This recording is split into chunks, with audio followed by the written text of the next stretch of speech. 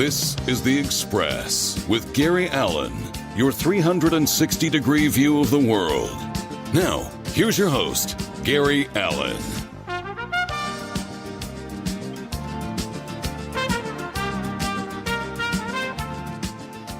And good evening, everybody, and welcome to this edition of The Express. Gary Allen with you on this wonderful Tuesday evening. I've had an absolutely wonderful day. If my voice sounds a little weird, I don't have the flu and I don't have a cold, but I am fighting something. My throat is scratchy and talking a little more nasal than I normally do. I hope everybody's had a great couple of weeks. Apologize for last week, but unfortunately our guest had a death in the family and she couldn't be on with us. So it was too soon, close to the hour, and I wasn't feeling 100%. This thing was coming on at that point. I had a great day today. I got to witness, as many of you probably got to see on television, the launching of the SpaceX super rocket, or whatever they call it. It's on its way to Mars with a payload of one of Julian Assange's cars and also a space dummy in there as well.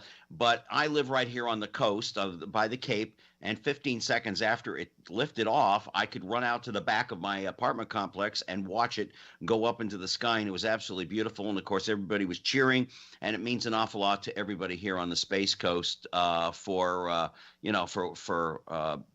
financial reasons and getting things and getting people back working again. So I'm really looking forward to that. A quick message to you: if you want to listen to any excuse me, of my past shows, you can go on to tmvcafe.com, go to the radio tab, excuse me, and go to archives. I'm going to take a drink here real quick. Or you can go ahead onto my website, which is finally finished. It's Gary Allen, ALAN, talkshow.com, and catch all my previous shows. And you can catch all the links that are in there and everything else that's connected with it. This is going to be a problem tonight, I think, a little bit. Anyway, joining me tonight is a gentleman who is coming on so we can continue the discussion to talk about digital currency. Now, you might remember, for those of you that are listeners of this program on a regular basis, Correll Ravensong was on with us about a month ago, and we talked about Bitshares, and we also talked about the Hero and how you basically get involved in it. Well, Stan Larimer is the president, known as the Godfather of Bitshares and the Hero. Stan Larimer has a 40 years experience in the software, hardware, systems engineering program, management, business development, and even taught rocket science, at the United States Air Force Academy. He's also the CEO of Cryptonomex. I hope I got that right. A leading custom blockchain development company. Again, I apologize. I really should have a lozenge in my mouth, as well as the father of Daniel Larimer, who arguably is the finest programmer and visionary in the blockchain industry. That's according to Stan. But Stan, thank you so much for taking a few minutes out of your day to join us here on The Express. I apologize for my voice and my coughing, but thank you so much for joining us. Well, thank you for having me. It's great to be here. Well, I'm going to be doing a lot of drinking of stuff tonight. You know, I was thinking,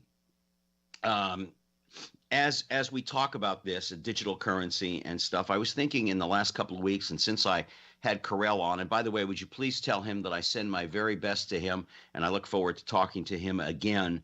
I don't think people recognize that after you put your money in the bank, or you write a check and or you're paid by a check or a direct deposit, many times after that, all your transactions are digital currency. Am I correct in that? That's exactly true. So when you use your electronic checking account, it's pretty much like using your digital currency account or your cryptocurrency account. They're all different. The only difference that matters is decentralization. In one case, there's a big monolithic banking structure with lots of friction that slows down your transactions and increases costs and adds risks to your ability to transact in what I like to call a frictionless way with your peers on the other side of the planet or next door. Cryptocurrencies were designed to bypass the middleman and let us all talk to each other directly. And boy, that's a breath of freedom that we need to work to preserve.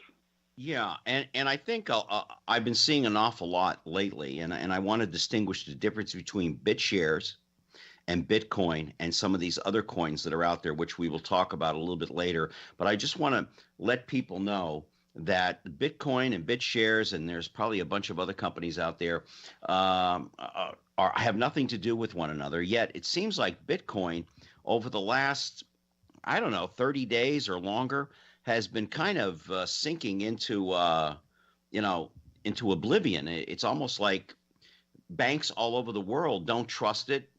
They have no idea how to deal with it. I guess they want to regulate it, and that's the whole purpose of this type of a coin is for there's no regulations on it.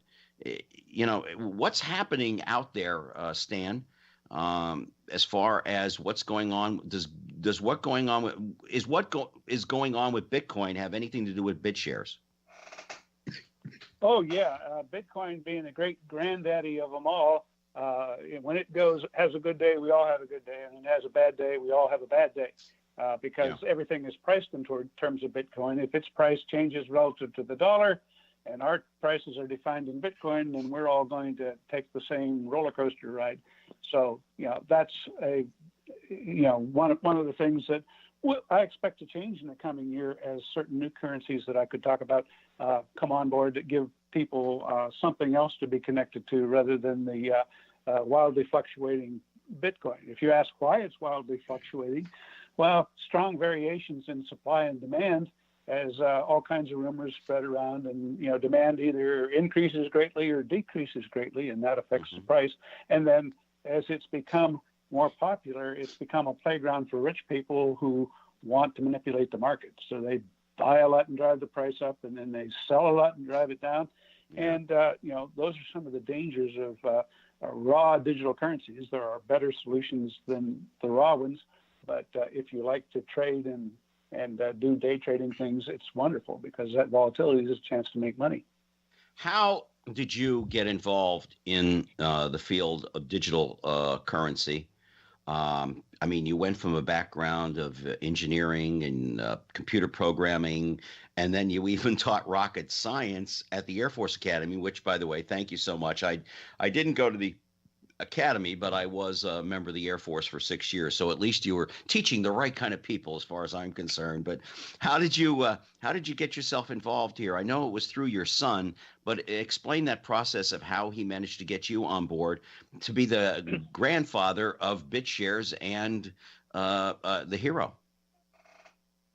Well, I was having a heck of a lot of fun doing unmanned air, ground, sea, and space vehicles, and would have kept on doing that, but we had the crash of 2008, and that woke me up to the fact that our existing financial system wasn't particularly safe. I wanted to get my 401k out of harm's way and into things like precious metals and things that were not dependent upon the system, which I figured would probably crash again before long. And the rules of our company were that, even though you're old enough to take it out, you're still working for us, and we won't release it unless you leave the company. So I said, I'm leaving the company. And that let me go off and do entrepreneurial things. I'm forever grateful for them to, kick the little bird out of the nest and let me test my wings, because I've had more fun since then. I was doing different interesting projects when my son got some funding from China to develop BitShares, and he said, I need someone to run the company. Why don't you run it? And I said, oh, that sounds interesting. So I came out to run the company while he led the engineering team that developed BitShares. And I've been doing that for the past 4 years. And as he's moved on from BitShares, when he finished that, he did Steam It, which is a social media cryptocurrency. When he finished that, he handed it off to a CEO named Ned Scott, and then went on to work on EOS, which is what he's inventing right now. They've raised over $1 billion. So a huge war chest. He left me sort of overseeing BitShares, and I like to kid him that EOS is nothing but the R&D labs for BitShares. So everybody is on the same page now. It's been about a month since Creel was on, and I hope he's doing well, by the way. And as I said, please tell him I said hello. Explain to everybody, including myself, who don't understand the terms Bitcoin or the hero. What is it? How does it work? How can someone get involved in if they want to buy a coin, a single coin, or a group of coins? Okay, that's a nice long thing. That'll give your voice a rest while I answer that question. Yeah, I'm sure. Bitcoin was the first digital currency. Nothing, the so-called blockchain is nothing but a decentralized ledger that keeps track of who owns what. And so Bitcoin used the blockchain to keep track of who owned Bitcoins. And then Bitcoin became valuable when someone discovered that, or I guess Satoshi Nakamoto suggested this could be a currency someday. So just on pure speculation, the geeks in the world started, buying Bitcoins for pennies. And that as they started to compete for that limited supply, it got enough value that someone was able to collect up a bunch of them and send them across the world to buy a pizza. And everybody says, wow, it only took about an hour to send this to the other side of the planet instead of wiring the money there in 3 days. And so that generated demand for the fixed supply to do that function over and over again from people. And so therefore, Bitcoin, you could think of it as a company that provides one service, which is transferring ownership of Bitcoins around the world. That's a useful service. So when people say Bitcoin is not backed by anything, that's not true. It's backed by the value of the service it performs, just like Apple is backed by the products it produces, and Exxon is backed by the services it has. So you can think of owning a Bitcoin as owning a little piece of the imaginary Bitcoin company. And when we noticed that, we said, well, why can't I put a whole company to do more complicated things on the blockchain? And so that Dan said, I want to put a full-up exchange and smart coin factory. I want to have a company that will make coins for people and allow them to trade them. And so he built a much more complicated system. In the process, he eliminated a lot of flaws in Bitcoin, got rid of mining, which slows it down terribly. And so now Bitcoin might take many hours to do a transaction. Bitshares always happens in 3 seconds. So it's just like a new state-of-the-art alternative to Bitcoin, Bitcoin on steroids, you might say. Yeah. And I must say that his new project, EOS, is light years ahead of Bitshares, but we have the benefit of being able to upgrade Bitshares to EOS this summer. And so we'll get the benefit of all that R&D work. Now, let me ask you this, Stan, because I want to go back. I want my listeners, my own brother, Greg, is listening tonight, Father Greg, and he wants to understand it too. Is the coin that you buy sort of like those commercials we see on TV where you buy the gold coins, that you buy so many coins and you can hold on to them, or they're put into an account where you can see how much you have? Yeah, I guess both of those statements are true. When I get a Bitcoin from somebody, it's because they use their cryptographically secure keys to tell the Bitcoin or the Bitshares system to transfer a token. And with those permissions, they can unlock one account and tell it to send those tokens to another account. Mm-hmm. And now when it lands in my wallet, I can see it as a balance. And in fact, in Bitshares, since it's a multi-coin wallet, I can see coins of all different types. I've got I don't know, maybe a dozen coins, some of them very important coins like Bitshares or the Hero, mm-hmm. or a new coin called the Quint. Other ones are sample coins people send me that they made up on their own, and I'm not sure what all of them are for, but that's the kind of thing you get is when you have an ability for anybody to make a coin, you get some really interesting things landing in your inbox. Now, now, how much does a coin cost? Is there, I mean, like we have a $1 bill, we have a $5 bill, we have a $10 bill, we have a $20 bill, et cetera, et cetera. How much does one coin cost? And are there different costs for different coins? In other words, do you gradually rise like the dollar bill does from $1 up to, $100? Let's just put a limit there for a second. I mean, are there coins that only cost this amount, and then there are other coins that cost this? I mean, are there different variations of of prices for different coins, or all they? Oh yeah. Are they all the same price? No, they are very different. There's many types of coins that do different things. I'll just name three for brevity. The type of coin that Bitcoin and Bitshares is the limited supply backed by the service that they perform type coin. And so the demand for that service drives the price. Supply and demand, economics 101. If there's more people wanting it so they can buy that service than there are coins, then they bid up the price, and so it fluctuates with supply and demand.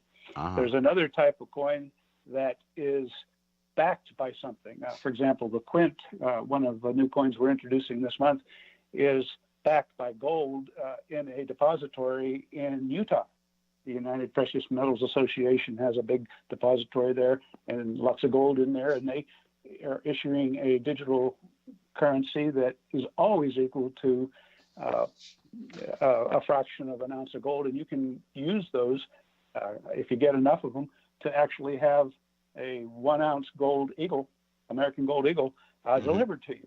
So that would be something. It does fluctuate with the price of gold, but it is pegged to the price of gold because it's good for a gold coin. What's the name of the coin? What's the name of that coin? Quint. Quint. It's called Quint. Quint. And it's something that we'll be selling right away to private investors. And then as we get all our compliance paperwork in order, we'll open it up to other people. But for right now, it's limited to qualified investors who are able to start using it. And we'll be expanding that as we get approvals to do so. Okay. So the third type of coin, just real quickly, is a market-pegged asset, and that tracks the value of something else. Since we have coins that track the value of the dollar, the euro, the yuan, and they also track other things like gold and silver and so on. So you can have a lot of coins, and they can have all different prices. Okay, but if, and I know this is going to sound really simplistic, Stan, and if you talk to Carell, you'll understand I keep it down at the blue collar level. If I wanted to buy a coin for $5 or $10, is that possible, or is that still way below what the cost is for the coin? Oh no, because coins are infinitely divisible, or divisible down to like 7 decimal places or something. So I could buy 0.00001 bitcoins, a little bit of Bitcoin dust, and it would still be worth at current prices, a penny. So, bitcoins right now are selling. Last I looked, about $7,000 a piece. They've been up to near 20,000, and last year at this time they were down to 1,000. So they get all over the place, but you can have a fraction of a coin, so you can buy just the amount you need to make a payment. Right. Okay, now explain to everybody out there how they go about if someone is listening and they say, I want to get involved in this. I want to purchase some coins. How does one go about it? And I also understand at this time that Bitshares cannot be purchased through U.S. dollars. They have to be converted into another form, a hero or another unit, in order to buy Bitshares. Explain the process to everyone out there, would you please? Sure. There are certain companies that have gone through the labor to get the necessary license to do money transmission, which gives them permission to accept fiat currency, that's government-sponsored currency, and turn it into coins. They typically only do the biggest, most used coins, in their opinion, anyway. So they're very slow to add coins. One such company is called Coinbase. And so if you go to Coinbase, you can buy 3 old-timer coins, Bitcoin, Litecoin, and Ethereum. So with those coins, you can then go to a lot of other exchanges that handle all the other digital currencies out there. And so you can go to exchanges that will trade you your Bitcoin for Bitshares, for example. Now, this is a lot like when you're going on a plane flight. If you go from a big city to a big city, you can get a direct flight. If you're going to go from a little city to a little city, you might have to change planes in Chicago. Okay, going to Coinbase is like changing planes in Chicago, and from there you can go wherever else you want. Okay, let's talk a little bit about the reticentness of some people when you talk to people about digital currency and BitShares and the Hero. What are the skeptics saying? Why not to get involved in this future? Because I opened the program up, besides coughing, and by the way, we're talking to Stan Larimer he's the Godfather and the CEO here and president of BitShares and the Hero, and Gary Allen with you here on the Express. I opened it up with the rocket taking off today for SpaceX, which is the future. Do people not understand, like most people don't, when they see the future in front of them, they're reticent about accepting it at first? Or is there other reasons that people are skeptical about digital currency? Well, yeah, there's a lot of reasons. One of them is resistance to change. It's the old business of when Henry Ford came out with the Model T, everyone would yell at a guy driving a Model T, hey, get a horse, you know? So it took a while for people to move from horses to horseless carriages, as they were called back then. Another resistance is the threat of regulation or unnecessary regulation, which makes antique rules. I always like to use the example. When those cars first came out, there were cities that passed ordinances that says to drive a car in the city, you must have somebody walk in front of the car carrying a flag and waving it to warn everybody it's coming. Okay, which sort of takes away the whole advantage of having a fast car, right? That is out-of-date regulators making rules for new technology they don't understand. And so one of the things we have is people out there, either the regulators or people who are worried about such things, demanding that this get put under control, which of course is a real shame because this provides zero economic friction and honest money and a level playing field, which we don't have right now. And the old system wants to resist that. We see banks closing people's accounts because, oh, your company uses digital currency? Sorry, we don't serve companies that do that. That's the old system trying to stomp out its competition, which is going to put it out of business. And right now, we are in an epic battle in 2018 between the old system resisting change and all the potential of the new system. And it still remains to see how that's going to turn out. And I see on television when I watch some of the business networks, MSNBC, et cetera, I see where every day they are talking about, say, Bitcoin, BitShares, et cetera. But they are also talking about how different governments throughout the world are trying to put restrictions on there. And as you said, if you have an account and it's full of these coins, this digital currency, how they're kind of taking it away from people. It's almost like they're afraid of it, Stan.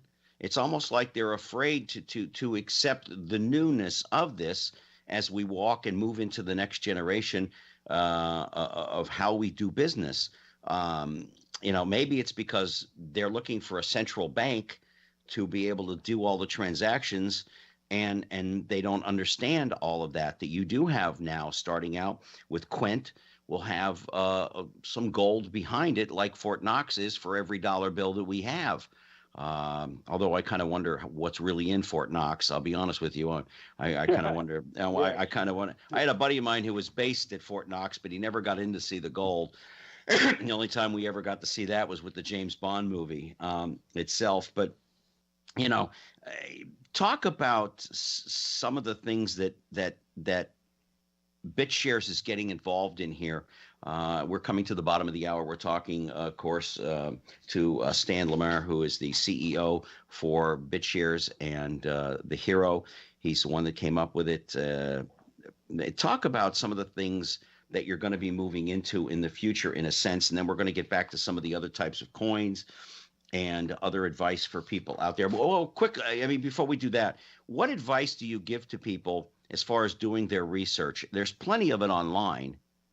Obviously, do your research before you get involved in something like this. And if you're using the rent money to invest in here, I would strongly suggest Carell even said, no, don't do that. If you have some money to play with, get involved. Yeah, boy, that's a long list. I'll try to get through it real quick. first off, I am not in charge of Bitshares. Okay, Bitshares is an unmanned company, an autonomous. Oh, I thought you were. Its own. Yeah. Okay. Well, this is an important factor. We designed Bitshares and then we set it free. We gave the code away. It came into existence when other people picked up that free code and started running it. And every time someone turns it on their computer, it looks out into the world and says, "Anybody out there that recognizes me?" And they find each other and hook up together and form a company. And it didn't take us to launch it. Okay, all we did was do the software development. Other people launched it when they downloaded the software, and that was intentional because we didn't want anybody like me to be in charge of it. Now, so my role right now is an advocate, an evangelist, a person who goes out and tells people and gets companies to adopt it, but I have no control over it, and that's important because if I did, it would be centralized around me. Well, I misspoke. I keep saying, but you are the godfather of Bitshares and the hero, but you are the CEO of Cryptonomex, I believe, is what as you explained it to me earlier. Yes. Are companies the major purchasers of these coins at the moment? Are they the major investors in this instead of the individual? No, but they will. No, but they will be. They right now the early adopters are all people who joined our community and loved what we were doing and became part of it, and they talk to each other and they buy it and they spread the word. But my job is to go out to industry and explain to them how they can develop their own coins, and instead of doing all the work of launching a new chain, they just in literally 10 minutes can sit down and create a new coin for themselves. And then they may have to spend 10 years getting it passed through the regulators, but the technical part's easy. And so my job is to go out, and I've found lots of companies who are interested in using the system. And when I find a company like that, I bring maybe another 1 million or 3 million new users to the system. So that's my role. Is I don't do anything to Bitshares itself. I tell people about it. I have in front of me something that was brought out by Bitcoin plummets 15%, tumbles below $7,000. The British bank Lloyds Bank said on Sunday it is banning customers from using credit cards to buy Bitcoin. I don't know why they would do that.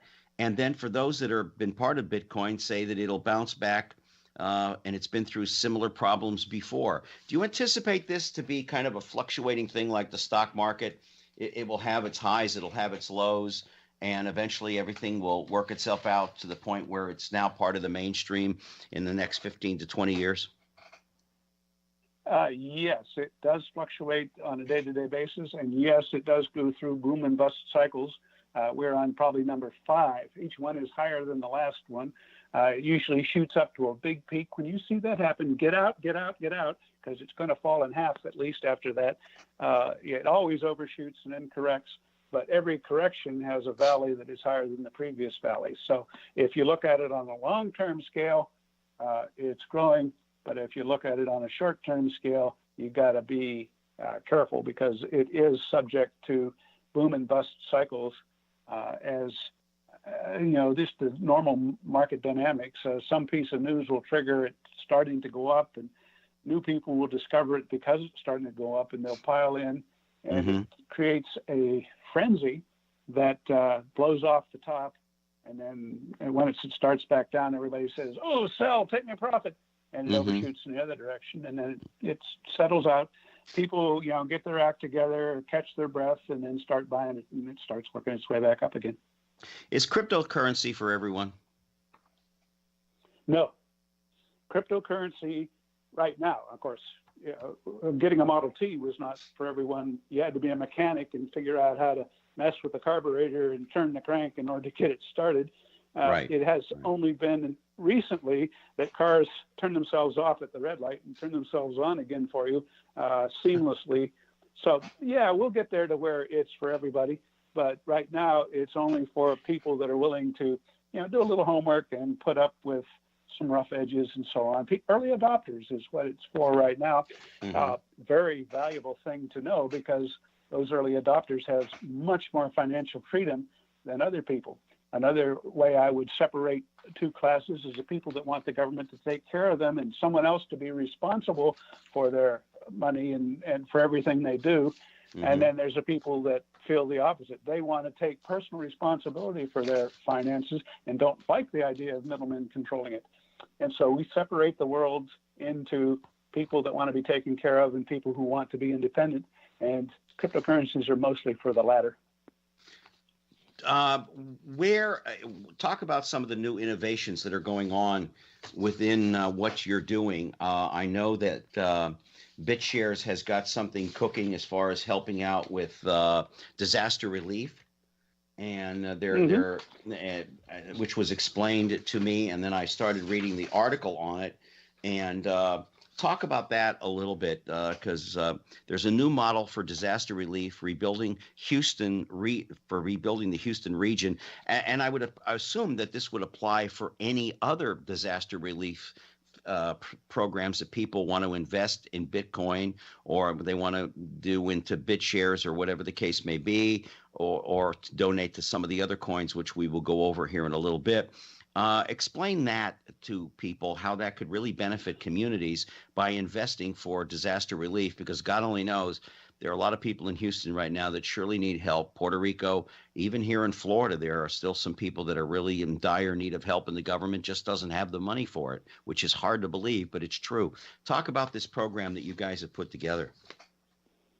Okay, that's outstanding.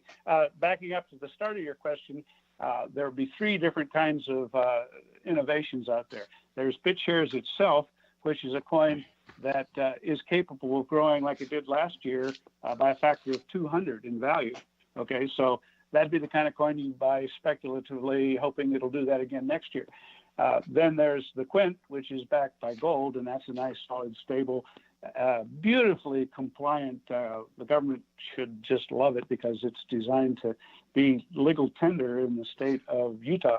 And then the third one is the Hero, which is a smart coin that's designed to grow at 5% since 1913 on December 23rd against the dollar. Now, that particular date's the date the Federal Reserve started printing money and destroying the dollar, taking it from its value of purchasing power in 1913 down to maybe 2% of that today. Meanwhile, the Hero, which is mathematically defined to grow by 5% against that, is sitting up at $160 some right now.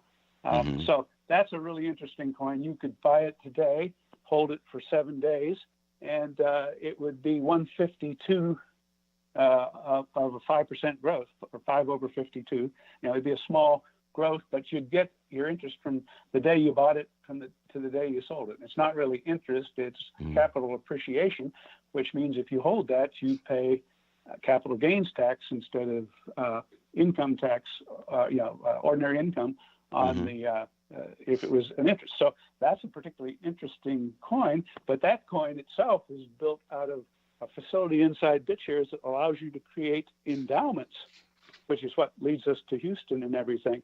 Right. The idea of an endowment is, of course, universities have endowments, and the way it works is someone donates $1 million to a university, and the university is not allowed to spend the $1 million, but they can live off the interest or the growth of the investment or whatever. And so a well-endowed university has lots of income from all the gifts people have given it over the years. So we said to Houston and lots of other places, Puerto Rico, Barbuda, lots of places out there, hey, wouldn't it have been nice if 2 years ago you had set up, collected these donations and had them growing with the cryptocurrency industry for the past couple of years, you would have all the money you need to rebuild. And so we're telling people, or trying to get people to say, hey, when you're thinking about donating, yeah, it's nice that you donated to help people rebuild their house, but hurricanes come every year. So why don't you donate a little bit of your donations? You decide how much, 10% or half, to something that's an endowment that is not allowed to be touched, that will sit there and grow. And if you had done that, if you had set aside $1 at the beginning of last year, by the end of the year, it would have been worth $200. And if you had set aside 1 million, it would have been worth 200 million. Now, that's no guarantee that that'll happen. Right. But generally, assuming the government doesn't destroy the industry by overregulating it, that explosive growth is something we can look forward to in the future. And with BitShares, you have this wonderful ability that while your principal may be locked up, you can borrow up to half of it in the form of the hero that we just talked about, and spend that on relief today. And so we have celebrities like Evander Holyfield, who's decided that he will raise $1 million and put it into such an endowment for disaster preparedness. And then if we grow like we grew last year, that $1 million will be $200 million. And in 2 years, we're shooting and hoping it'll be worth $1 billion. And if that's the case, that's a pretty good disaster preparedness solution. And by the way, we donated $1 million. We donated $1 million of our own dollars over at billionheroescampaign.com. And the idea for that is when it grows by a factor of 1,000, you will see that $1 million be worth $1 billion, and we'll give it away to 12 causes that the people that visit the site get to vote on. So if you're asking the question, how do I learn? The whole idea of the billionherocampaign.com is you go there, you do things to learn very easy in a game-like environment. You earn points called free rows, which is like Monopoly money, but they give you the power to vote on who gets the 12 prizes. First place is $300 million. 12th place is $10 million. So that's a way that we try to dramatize by doing these good projects, and we'll have other celebrities coming on board, raising those type of things for other people or other good causes. When people see that, they can say to themselves, well, gee, if they can put aside $1 million and grow it to $1 billion over a couple years, what would happen if I just didn't order my cup of Starbucks once a week and put that $5 into a savings, into an escrow, and that $5 became $5,000 in a few years? And so they could do that for themselves like we're doing for the charities, and that's sort of one of our promotional plans to educate people that a little bit of money invested in smart digital currencies, and smartly invested, I should say, has high potential. But smartly means doing your homework. And you asked before, how do I do my homework? Well, any good coin out there is going to have a community that you can go on social media and find them talking about it. And so you can go and look at their white paper that describes how it works and read that carefully, and then talk to the people in the community, learn about it, find a community you like with a product that you like, and invest in a few of them. So all your investment or fund money is spread out, not all in one thing. Right. And then, maybe you'll get lucky and have a nice nest egg come out of it. Well, that would be nice. Let me ask you something. Somebody just emailed me here on my computer to ask: do you screen everybody that purchases coins? Do you check them out, a background check per se, to make sure that they're not how do I put it, trying to launder money or wash it, as they say, through Bitcoin or through BitShares rather? There are every coin has a different requirement, okay? And the government is still trying to sort out what to do.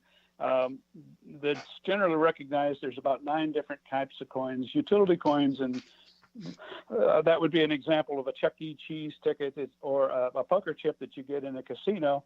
You trade for the casino chip, you play all night, and if you have any chips left, you go back and get your money back at the end of the night. But during the game, you have this nice token that you can play the game with easier than messing with paper money at the tables and everything. So that's a utility token, and you can have electronic versions of that. But on the other extreme, there's a security, and that's well established what a security is. If you are investing in something that's a common enterprise with the intent of making a profit due to the work and efforts of others, then that has been defined since 1946 in a Supreme Court decision to be a security. And if it's a security, then there are very specific requirements that you have to do: KYC, AML, that's know your customer, anti-money laundering, and the serious laws that require you to do that. But if you're just going to issue, Joe's Barbecue and Lube Shop coins that are a discount coin. There's no current requirement that makes that a security, but of course it could happen. Regulators like to overreact. I think Canada made the outrageous decision that Bitcoin was not a security, but everything else was a security. Talk about ham-fisted regulation. That is the kind of thing that I ridicule in a hope of waking up our regulators. They don't understand it, and they always jump in and regulate things they don't understand. That's like jumping into the cockpit of the space shuttle and start pushing buttons when you don't understand how it works. Yes. That's what I'm trying to avoid. Every time I can ridicule them for doing that, I do. We're talking to the Godfather of Bitshares and the hero, as well as the CEO of Cryptonomex, Stan Larimer, and he's been in the business for a whole lot of years, and he also taught rocket science at the United States Air Force Academy. I got to go back to that just for a second, just for a second, because it interests me. I never had the grades to go to the Air Force Academy, but I did serve in the United States Air Force. What was it like teaching there? Oh, it's awesome. You walk into the room and every cadet comes to attention. You don't get treated like that in a regular university. No. And they're the smartest, brightest kids. They are overworked to the point of distraction. So you do have to kind of make it easy for them by spoon feeding the information so that they can pick it up as easy as possible, because they're very busy, but very fine, wonderful people. That was a tremendous time in my life. And, that was, walking into a class and having a captive audience for a whole hour that had to listen to you and stay at attention was just pretty cool. I tell you, I enjoyed my time in the military, and sometimes, Stan, I really wish I had stayed in, because I sort of had it made in the shade. But I was just curious. And I know from friends of mine who have gone to Annapolis or West Point, and I only knew two guys in the Air Force that went to the academy. I recently met one of the Thunderbirds, who was the command pilot, who also went to the academy. But I had heard that they really keep you going 24/7, just about. I mean, they do give you time to sleep, but that 4 years is a very quick 4 years for a cadet. But those are the future leaders of America, and I'm so proud of the fact that you were able to teach at that wonderful institution. I wish I'd had the grades to go there, but math and me just never agreed on much of anything. And you got to be pretty good at math to be part of the Air Force Academy. Let's talk a little bit about something else. Go ahead. I was just going to say one more thing about it. The other thing that they do is when they get commissioned, they raise their right hand and swear to preserve and protect the Constitution of the United States against all enemies, foreign and domestic. Okay, that's a pretty good oath. I took that oath. So do the members of the FBI and the SEC and other law enforcement officers. And one of the big issues right now is that protecting the Constitution against domestic enemies who would want to violate our constitutional rights. So I like to remind all our various law enforcement officers that they did swear to protect the Constitution, not to run roughshod over it. Yeah, that's true. I took the same oath. If you're an enlisted man, or if you become an officer eventually, which you can, you do take the same oath. And it's amazing, though, how people will manipulate the Constitution, Stan, for whatever it is that their agenda is. That's the problem. There's the gaps in between the words, as my grandfather used to say, where people can put in anything they want. And, it's like the Second Amendment. People misread that, misunderstand that. And and this is getting off track, but I'm glad you brought it up.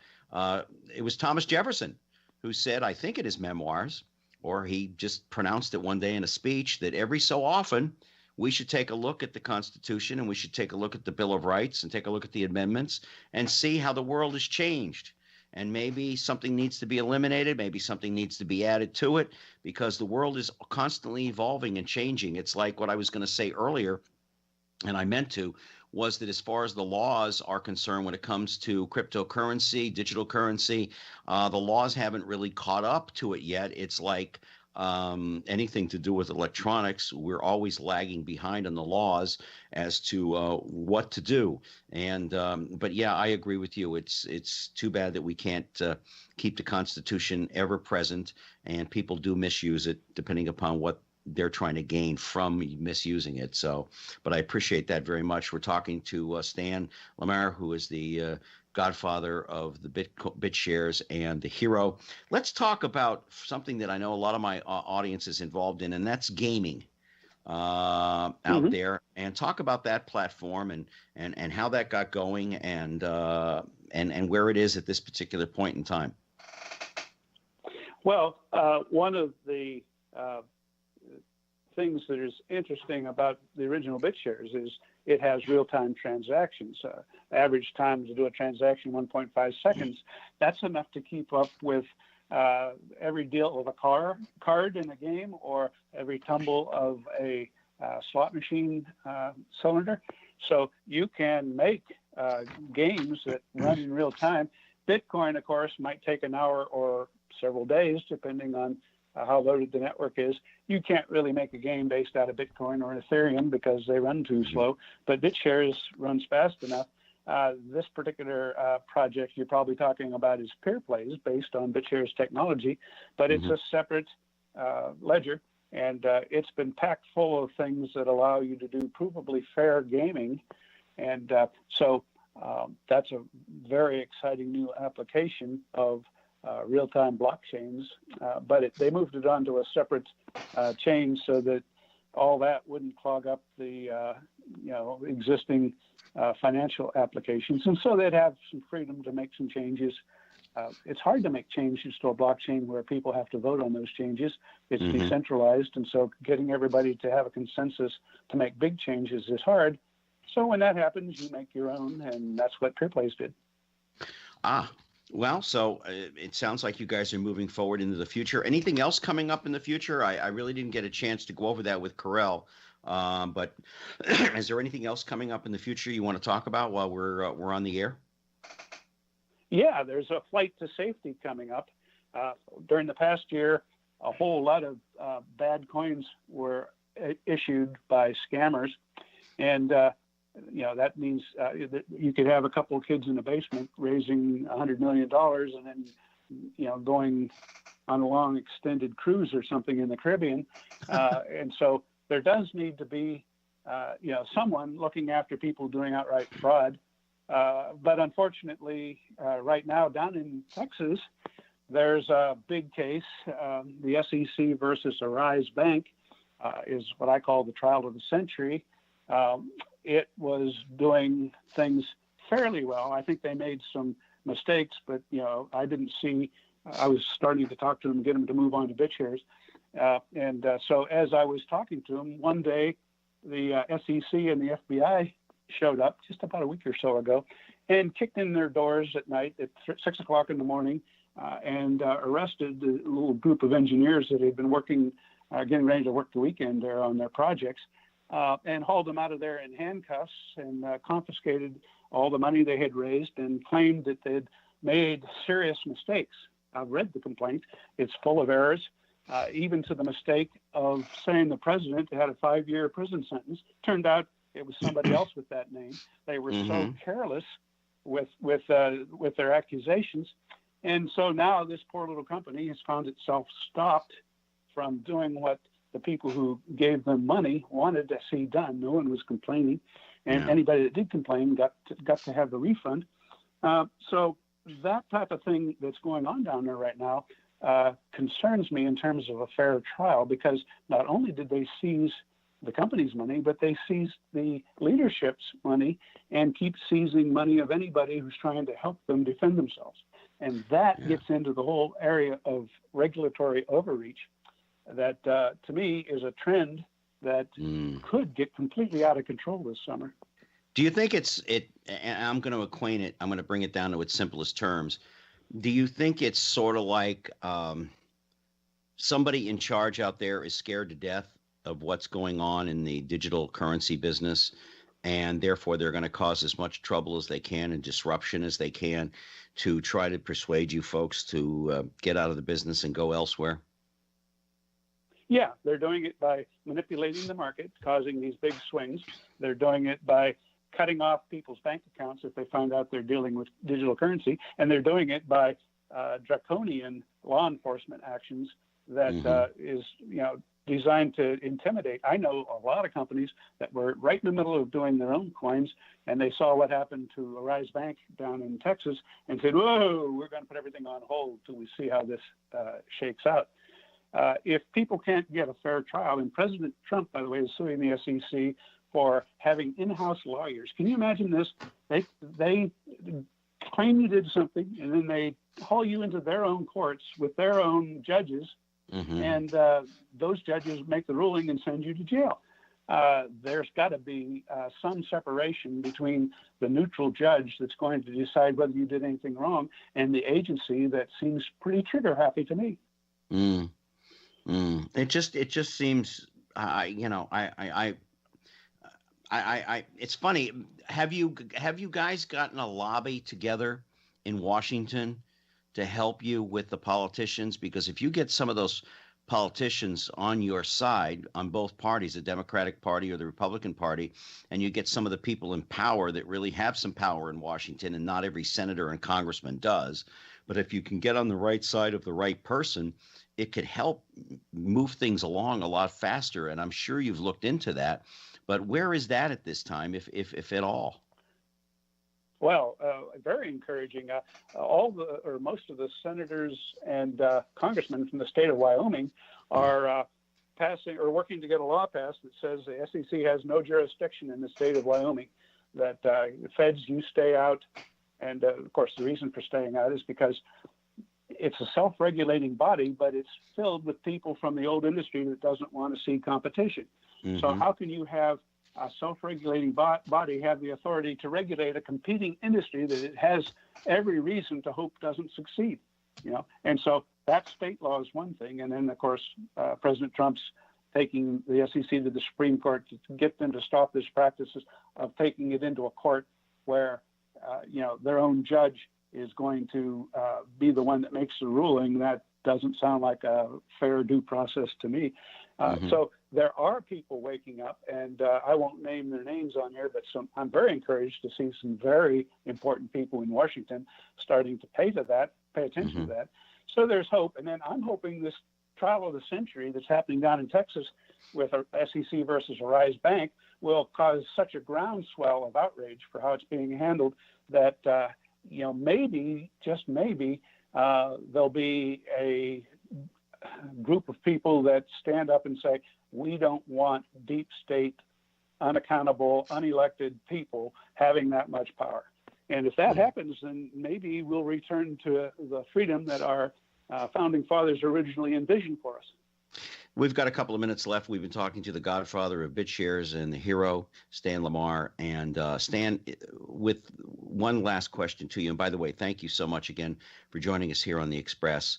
One piece of advice to give investors out there if they're looking to get involved in this. We talked about it a little bit earlier, but lasting advice that's good, sound advice if you're thinking about getting involved in this business of cyber currency. Do your own homework, take personal responsibility for your actions, manage your passwords very carefully, get involved in a community where you can get some help, and do not jump into it if you're not willing to do those things. It's the same advice we'd give people who want to get into stocks and bonds, right? Right. Don't spend anything you're not prepared to lose. All that same kind of stuff applies, but educate yourself, find yourself a good community where people are willing to help you and know what you're doing. And if you're willing to do that, huge potential, but there's huge potential to lose everything you put into it if you just walk in and throw money around without thinking about it. Yeah, I mean, you can't just say, oh, I'm going to get involved in this and start using the rent money for that or the electric bill money. You've got to be able to, as my father used to say, if you're willing to throw the money down the toilet, then get involved in the stock market, because it's up and down. And we've seen over the last 6 months how much the stock market rose, close to 28,000. And then over the last couple of days, except for today where it rose up over 500 points, but it began below 500, how you can lose a small percentage of your income. And if that were to continue for a long period of time, of course, there are brakes or governors on these different things that prevent the stock market from crashing like it did in the late 20s. But nevertheless, you've got to be careful about where you put your money today, because it can be gone in a matter of seconds. You have to be careful who you invest with. But again, Stan, I just want to thank you so very much for taking the time to join us here on the Express. Hope you enjoyed the show. And I certainly would like to have you and Corral together at one point. Maybe we can get you both on at the same time, because I think that would be an exciting show as we continue to gather our knowledge on cryptocurrency and digital currency. And I wish you and everybody at Cyber, where you are the CEO, as well as at Bitshares and Hero, the best in the future. And if I can be of any service to you gentlemen in the future, please let me know. Thank you for having me. It was a pleasure, sir. And again, thank you so much. And I just want to say out there to everybody, I want to thank you all very much for taking the time to join us here on the Express. It's great news in that you can go and listen to this show, which will be up very, very soon. It'll be on Mixcloud in the next couple of days. But you can go on to my website at GaryAllenTalkShow.com and listen to any of the past shows. You can go on TMV Cafe, go to the radio tab and /archives, and not only hear my show, but others. You'll see the little square box.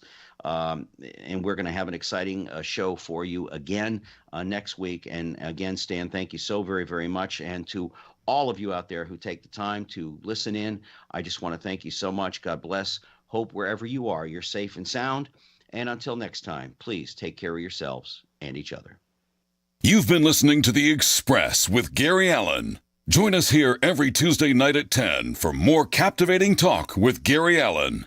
See you next time on The Express.